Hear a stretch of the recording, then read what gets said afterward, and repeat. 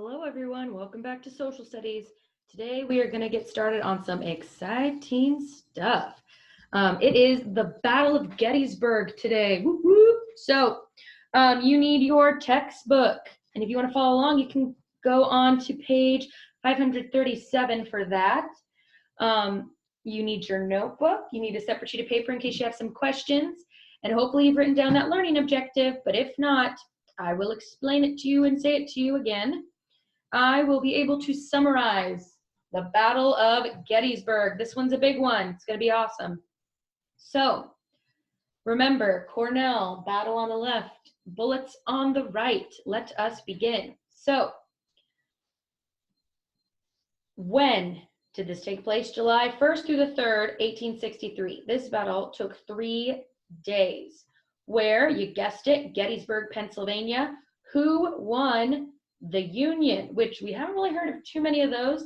So this is going to be a big one for the Union. And we're going to talk about why it is so important and huge for that. If you are not done with the slide, you can pause. We are trucking along. Let's go. Battle leaders. So let's talk leaders. We have General George Meade. For the Union side, he's going to be a really big hero with his strategy and how he handles this very difficult battle. We also have General Robert E. Lee. You've heard of him time and time again. And then we have a general we really haven't talked too much about, General George Pickett.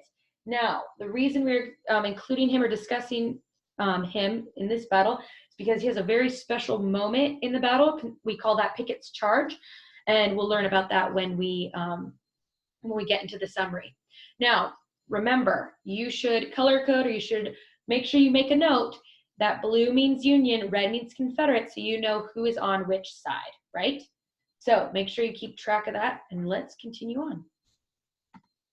Okay, let's talk summary. So first off, what's going on? Now remember, Lee has confidence, right? He has been successful, he's been winning, and he is continuing on to the north, Pennsylvania, trying to get closer to the capital, trying to be on the offensive.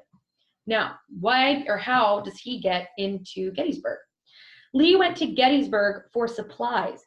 Gettysburg was a junction town. Junction town means that there are a lot of railroads and different streets of travel used throughout the city and going through the city. So that means there would be, a lot of supplies, a lot of people stopping by. And so Lee thought this was his opportunity to get some supplies for his troops. There were railroads, transportation, 10 different roads. And while he was there in Gettysburg, he literally ran into Union troops. This was not a set place of, yo, Robert E. Lee, meet me at Gettysburg at this time, at this day, let's do this. They ran into each other. So we're going to break down those first 3 days. I summarized it pretty nicely for you, but I am going to get into detail. First day, armies are still coming together. Remember, Lee literally ran into Union troops. This was not planned. The first day, Confederates had outnumbered the Union Army and caused them to retreat through the town of Gettysburg. I've actually been to Gettysburg, and when you go through the main streets, there's literal bullet holes in the different walls and buildings because, literally the battle and the shooting took place in the middle of town. It was a mess. Lee wanted his men to continue the attack and finish off the north.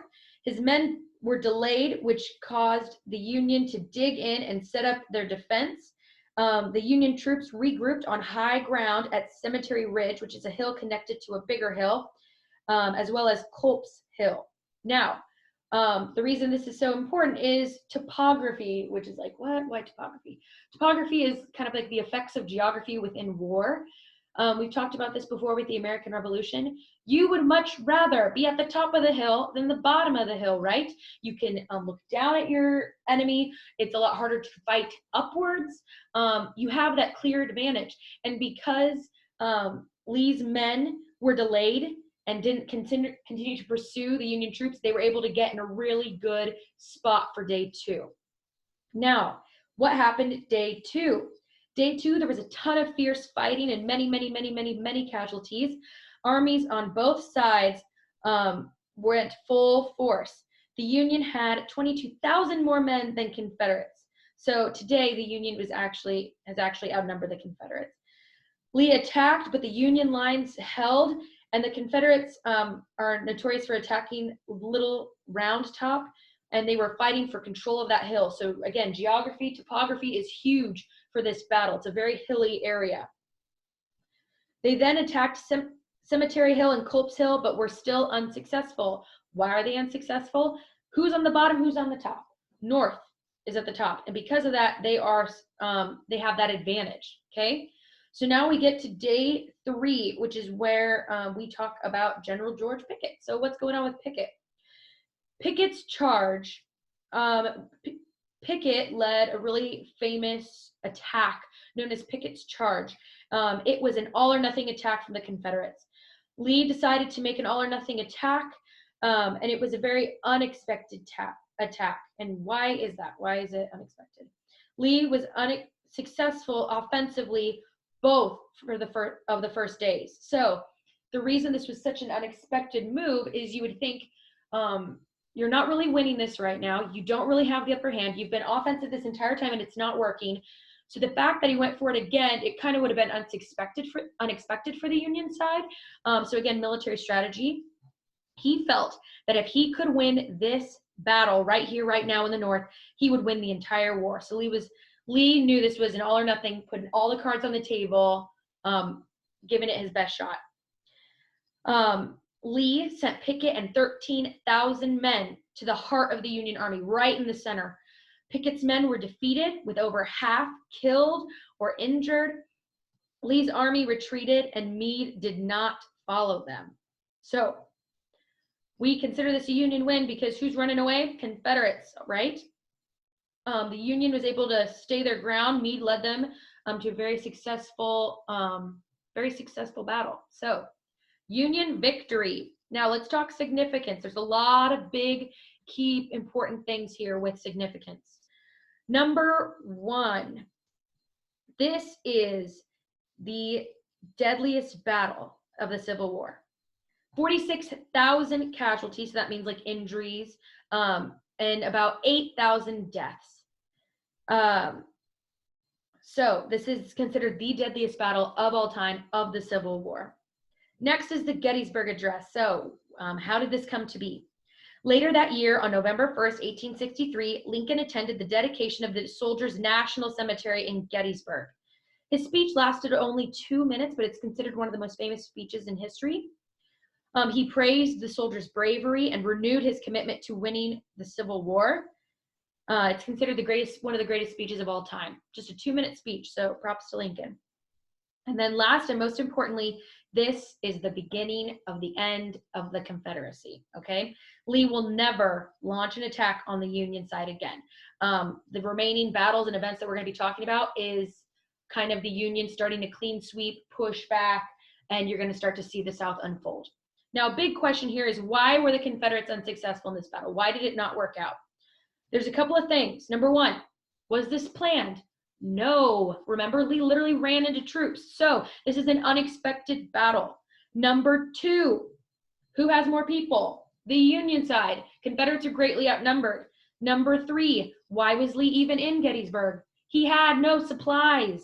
And number 4, which is probably the Union's biggest upper hand in this whole thing, is topography. The fact that they were on top of the hills, right? It was literally an uphill battle for Lee, and it caused him to not be successful. If you are not done with this slide, you may pause the video. Boom. So here is a great kind of map for what happened at the Battle of Gettysburg, especially on the last day, July 3rd. So we call this the hook. This is the formation that Meade set up his men.